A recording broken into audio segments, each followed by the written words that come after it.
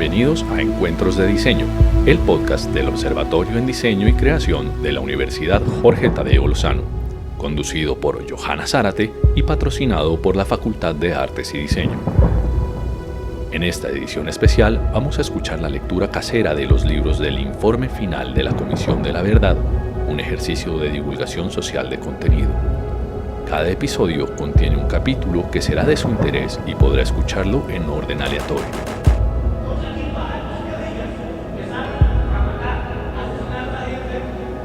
Hola a todos y todas. En esta edición especial de Encuentros de Diseño, queremos apoyar a una iniciativa ciudadana de lectura casera del Informe de la Comisión de la Verdad. En este episodio, escucharemos a Ana Cristina Restrepo Jiménez, periodista de la Universidad Pontificia Bolivariana, magíster en estudios humanísticos de EAFIT, columnista en El Espectador y El Colombiano, panelista en Blue Radio. Esperamos que sigan con esta lectura y la compartan con el mundo. Escuchemos. Hay futuro si hay verdad. Lectura del informe final, capítulo Colombia adentro, relatos territoriales sobre el conflicto armado Antioquia, sur de Córdoba y Bajo Atrato Chocoano. A lo largo de estas noches hemos leído 1. El territorio. Vamos en el punto 2, los grupos insurgentes en Antioquia. Ya leímos organización social y estigmatización, los grupos insurgentes a Antioquia. Ayer leímos las tensiones entre insurgencia, población civil y movimientos sociales. Hoy leeremos las relaciones entre narcotráfico, lucha contra insurgente y grupos de vigilancia y seguridad privada. A mediados de la década de 1960 emergió una nueva élite, narcotraficantes provenientes de Medellín, Córdoba, el Magdalena Medio y los Llanos Orientales, como el hondureño Juan Ramón Mata Ballesteros, el cordobés Darío Mendoza, que estuvo al servicio de Leonidas Vargas, el jefe del cartel de Caquetá, William Mesa, Gonzalo Rodríguez Gacha, alias El Mexicano, Jaime Galeano, los hermanos Fidel y José Vicente Castaño, Carlos Leder Rivas, José Antonio Ocampo Obando, alias Pelusa, Javier Piedrahíta y el clan Ochoa. Los mágicos, como eran llamados los narcos por las personas de la región, encontraron en el negocio de la comercialización de la marihuana y la pasta de coca un negocio próspero. Gracias a la demanda de narcóticos por parte de Estados Unidos en la década de 1970, este negocio ilegal se proyectó a gran escala en Antioquia y la región noroccidental. La exportación anual de estas sustancias dejó entre 1976 y 1980 la suma de $2.328 millones en ingresos en el país. Entre la marihuana, 480 millones, y la cocaína, 1.848 millones. Estas cifras ya auguraban un negocio lucrativo y dinámico durante las siguientes décadas en la región, concentrado en la producción y comercialización de la cocaína. Los narcotraficantes buscaron acceso a lugares estratégicos por su cercanía al mar para hacer los envíos internacionales. Los golfos de Urabá y de Morrosquillo fueron corredores de salida de las drogas que pasaban por los municipios de San Bernardo del Viento y Tolú en Córdoba y por Necoclí y Turbo en Antioquia. Este tráfico estaba aunado al negocio del contrabando y al mercado de armas hacia México o hacia países centroamericanos como Guatemala y Panamá. Una mujer del Caribe le contó a la comisión que, abro comillas, desde la década de los 60 o 70 ya había narcos en Córdoba. Yo pienso que un poco recogieron la tradición de los contrabandistas de la costa cordobesa, que son 127 kilómetros de costa, y empezaron a utilizar primero el departamento para sacar la droga en aviones o en lanchas. Cierro comillas. En la década de 1970, antes de que la cocaína se convirtiera en el narcótico de mayor comercialización en el país, la marihuana fue cultivada en varios lugares por campesinos y terratenientes. Eduardo Sáenz, investigador del fenómeno del narcotráfico, repasa la geografía de este cultivo en el departamento. Abro comillas. Según José Omar Botero Vélez, director encargado del DAS en Antioquia, la marihuana en el área de Urabá se cultivaba en Barranquillita, Chigorodó, El 3, El 2, Tulapa, Mulatos y las Bocas del Atrato. Un alto porcentaje de la población, desde campesinos hasta terratenientes, se dedicaba al cultivo y exportación de la hierba. Para Carlos Guzmán Benítez, jefe nacional del F2, el incremento del cultivo de marihuana en Antioquia alcanzaba proporciones alarmantes. Se cultivaba a lo largo y ancho del departamento en Turbo, Apartadó, Dabeiba, Caicedo, Carmen de Viboral, Granada, San Vicente y Santuario. Cierro comillas. Desde el municipio costero de Turbo, en Urabá, los barcos bananeros llevaron cocaína en sus cargamentos hacia Miami y otros lugares de Estados Unidos. Abro comillas. El contrabando, al parecer, se hacía sin la complicidad de los dueños de las compañías bananeras, por lo que, una vez detenidos los marineros culpables, generalmente colombianos, y confiscados sus alijos, las embarcaciones eran devueltas a sus propietarios. Cierro comillas. No solo los puertos y zonas costeras sirvieron como lugares de salida de las drogas, haciendas y carreteras fueron ampliamente utilizadas. La carretera Medellín-Turbo, construida en 1958, sirvió para que los narcos movieran los cargamentos desde la capital antioqueña.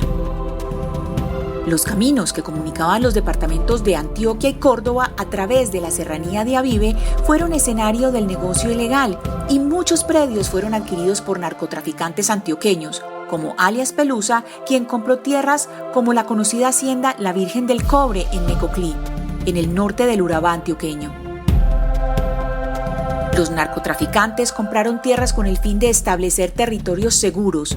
Construyeron relaciones y lealtades con terratenientes, comerciantes y hacendados locales, quienes fueron, en algunos casos, víctimas de secuestro y cobro de vacunas por las guerrillas.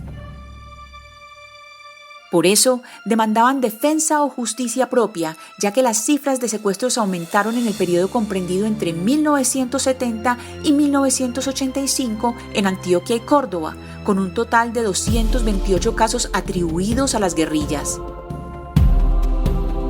Los hacendados y ganaderos fueron las personas más afectadas, con un total de 56 víctimas. Le siguen con 13 casos equivalentes al 5.7% los integrantes de la fuerza pública y 7 personas, el 3.07% personas del sector empresarial industrial.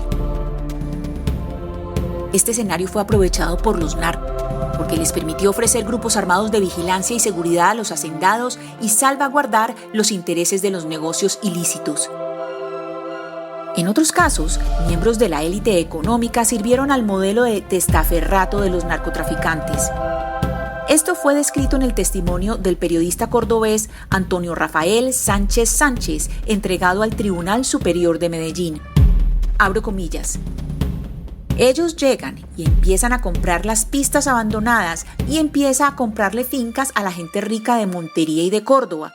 Algunos no vendieron, algunos se volvieron socios de ellos, algunos compraban y no querían que la finca se pusiera a nombre de nadie, sino que siguiera en manos del mismo vendedor, y se volvieron socios. Y allí es donde hay una penetración de toda esta gente mafiosa, los mágicos, con toda esa sociedad monteriana y cordobés. Cierro comillas. Aunque según los testimonios de excombatientes de las FARC y el EPL, al principio hubo una relativa coexistencia pacífica entre guerrillas y narcotráfico, muy rápidamente los intereses de seguridad de los narcos y su necesidad de controlar tierras y bienes confluyeron con los intereses contrainsurgentes de la fuerza pública. Fue así como los grupos armados de vigilancia y seguridad privada que se habían formado empezaron a perseguir enemigos comunistas o subversivos y a violentar a quienes pensaban diferente.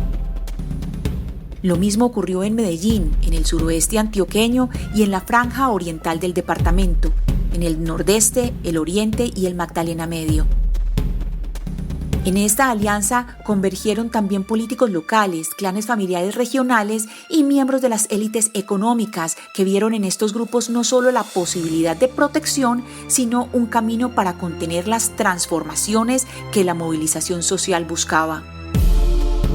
bajo la lógica de perseguir al guerrillero, estuviera vestido de civil o de camuflado, y amparados en un discurso contrainsurgente que nació en el marco de la Guerra Fría, la región empezó a vivir una primera ola de paramilitarismo de la mano del narcotráfico, aproximadamente desde el año 1975. Aunque hay testimonios que narran acciones de dichos grupos desde los años 60, sobre todo en las regiones del norte de Antioquia, el sur de Córdoba y el nordeste antioqueño. Esta fue producto de la transición entre grupos armados de vigilancia y seguridad de carácter local a grupos regionales de autodefensa entre las décadas de 1970 y 1980, conformados en últimas como autodefensas privadas que ejercían violencia directa sobre todo aquel que era señalado. En toda la región que comprende el norte de Antioquia y el sur de Córdoba estaba muy viva la memoria del terror ejercido por la Mano Negra y los Pájaros, y las palabras para nombrar a nuevos actores armados se traslapan con los nombres del pasado. Campesinos del Alto Sinú, de la región del Nudo de Paramillo, narraron a la comisión las acciones de estos grupos en la década anterior. Abro comillas. En 1963 mataron al papá del negro Tapias en Barrancón, Llanos del Tigre en el Alto Sinú. Lo mató la Mano Negra, grupos que armó el gobierno. Eran una gente uniformada de negro, no de militar, sino de negro, y la gente les huía. Muchas personas tenían 2 casas, una para vivir y otra en el monte para esconderse cuando llegaba la Mano Negra en las noches. La Mano Negra operó desde que inició el Frente Nacional. Este grupo se presentó en todas partes y eran la continuación de los llamados Pájaros. Un excombatiente de las FARC describió ante la comisión cómo, a finales de la década de 1970, escuchaba hablar del mismo grupo en Urabá. Abro comillas. Para el año 79 o 78 comencé a ver que mataban sindicalistas. Yo empecé a ver, yo tenía 8 años. Llegaban tipo 1 o 2 de la mañana, los sacaban y los desaparecían 3 o 4 días. Luego aparecían torturados o asesinados. Se conocía que era un tal grupo llamado la Mano Negra. Pocos años pasaron para que en 1982, en el corregimiento de Currulao del municipio de Turbo, se conformara el grupo de justicia privada de Rocío Naranjo de Aguirre. Le decían que dizque la chusma, pero chusma no era.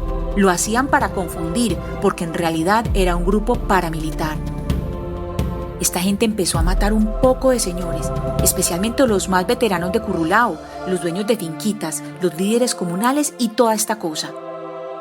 Mataban a la gentecita del partido más fuerte, la UNO, la Unión Nacional de Oposición. Cierro comillas. Las alianzas estratégicas de tipo militar, económico, criminal y social se fueron ampliando con los años y sentaron las bases para la constitución de grupos paramilitares de primera generación en el norte de la región noroccidental. Así lo explicó un experto en dinámicas territoriales del conflicto armado que habló con la comisión. Abro comillas. Fue una zona de organización de grupos, inicialmente yo no diría paramilitares o que tuvieran una expresión parapolicial. Los que se armaron fueron los propietarios de tierras, comerciantes, en los 70. Hubo una versión de escopeteros, que eran unos grupos pequeños que se encargaban de buscar, asesinar a boleteadores y extorsionistas. El problema es que eso, con el tiempo, adquirió otra forma, como el punto de entrada a formas de organización mucho más grandes y regionales. Posteriormente aparecieron, ahí sí, efectivamente, paramilitares, que estaban ligados a grupos, al menos a las franquicias de las autodefensas campesinas de Córdoba y Urabá. Cierro comillas. Muchas de esas alianzas fueron construidas al amparo del narcotráfico en la década de 1970. En estas participó la fuerza pública en connivencia con hacendados regionales que ya se habían aliado para los mismos fines, desarticular organizaciones campesinas y evitar las acciones reformistas adelantadas por sindicatos agrarios y colonos campesinos desde la década de 1960. En el Urabá antioqueño, el 17 de abril de 1975, en la hacienda Maporita, inmediaciones del municipio de Chigorodó, se instaló con carácter permanente el batallón Voltígeros de la 4ª Brigada del Ejército. La región se convirtió en la única de Colombia con una unidad militar de este tipo. El batallón desarrolló la aplicación de doctrinas militares contra insurgentes como la Resolución número 005 de 1969, Reglamento de Combate de Contraguerrillas. Los militares formaron juntas de defensa civil con pobladores de la región, a quienes entrenaron para desplegar operaciones contra las guerrillas o sobre partidarios del comunismo, para lo cual fueron equipados con armas y municiones de uso privativo de las fuerzas militares. Se desarrollaron varias acciones preventivas de organismos de seguridad en Urabá, como el F2, el Departamento Administrativo de Seguridad DAS y jefaturas militares en los territorios, con el fin de eliminar el avance comunista en los sindicatos agrarios y obreros. Usaron acciones de vigilancia y seguimiento contra quienes eran considerados peligrosos. Fueron permanentes las acciones de seguimiento y persecución contra líderes sociales y políticos de izquierda como vigilancia de la vida cotidiana y, en casos concretos, el despliegue de violencias más contundentes como los asesinatos selectivos, torturas o atentados contra la integridad de la vida de los líderes o de sus familiares. Esto fue ilustrado por el Tribunal Superior de Bogotá. Abro comillas. El DAS realizaba redadas y el batallón Voltígeros se encargaba de las detenciones de los líderes comunistas. En agosto 16 de 1976, el gobierno departamental ordena reseñar a toda la población de la zona, principalmente a obreros, colonos y pequeños agricultores. En 1977, el vicealmirante del Estado Mayor Naval reivindica ante los poderes centrales la necesidad de construir un apostadero como única manera de controlar el punto de entrada de todo lo ilícito a Urabá. En agosto 30 de 1979 se informa el desplazamiento de la mayor parte de los efectivos de la 4ª Brigada, Antioquia, hacia Urabá. Siguen las detenciones y allanamientos a las casas de los concejales de la UNO y en enero de 1980, por orden del comandante del batallón Voltígeros, se les cancela el programa radial que emitían hacía 2 meses en Radio Prosperidad. Cierro comillas. La conformación de grupos paramilitares de primera generación, una mutación de los grupos armados de vigilancia y seguridad o autodefensas privadas en las subregiones del norte de Antioquia, creados en estrecha relación con las autodefensas del Magdalena Medio, las acciones de los grupos insurgentes, secuestros y extorsiones y las acciones militares y represivas del Estado llevaron a un escalamiento del conflicto armado. En las subregiones del norte de Antioquia y el sur de Córdoba se construyó una trama que hizo que, en los años siguientes, la violencia se incrementara y se desplazara de norte a sur a lo largo de Antioquia. Las luchas y reivindicaciones sociales fueron amenazadas. Sectores políticos, liderazgos sociales y campesinos fueron señalados de ser guerrilleros o subversivos. El desplazamiento se convirtió en algo forzado. La presencia de grupos armados y la represión fueron denunciados por la población. En el periodo 1958-1977 se perpetraron 27 masacres en Antioquia y 2 en el sur de Córdoba, que afectaron a 166 personas. Fueron víctimas de desaparición forzada 760 personas en Antioquia, 20 en el sur de Córdoba y 11 en el Urabá chocobano. Y se presentaron 315 casos de desplazamiento forzado en Antioquia, 174 en el sur de Córdoba y 47 en el Bajo Atrato chocobano. En estos 2 últimos casos, en el periodo 1961-1977. Mañana leeremos Resistencia y represión en la Universidad de Antioquia. Buenas noches y muchas gracias. Esta es una lectura casera por Ana Cristina Restrepo Jiménez. Acabamos de escuchar la lectura del informe de la Comisión de la Verdad, una entidad de Estado que busca el esclarecimiento de los patrones y causas explicativas del conflicto armado interno que satisfaga el derecho de las víctimas y de la sociedad a la verdad, promueve el reconocimiento de lo sucedido, la convivencia en los territorios y contribuye a sentar las bases para la no repetición mediante un proceso de participación amplio y plural para la construcción de una paz estable y duradera, con la cual Encuentros de Diseño desde la Universidad Jorge Tadeo Lozano se ha comprometido. Esperamos compartan estos audios y nos ayuden a su divulgación.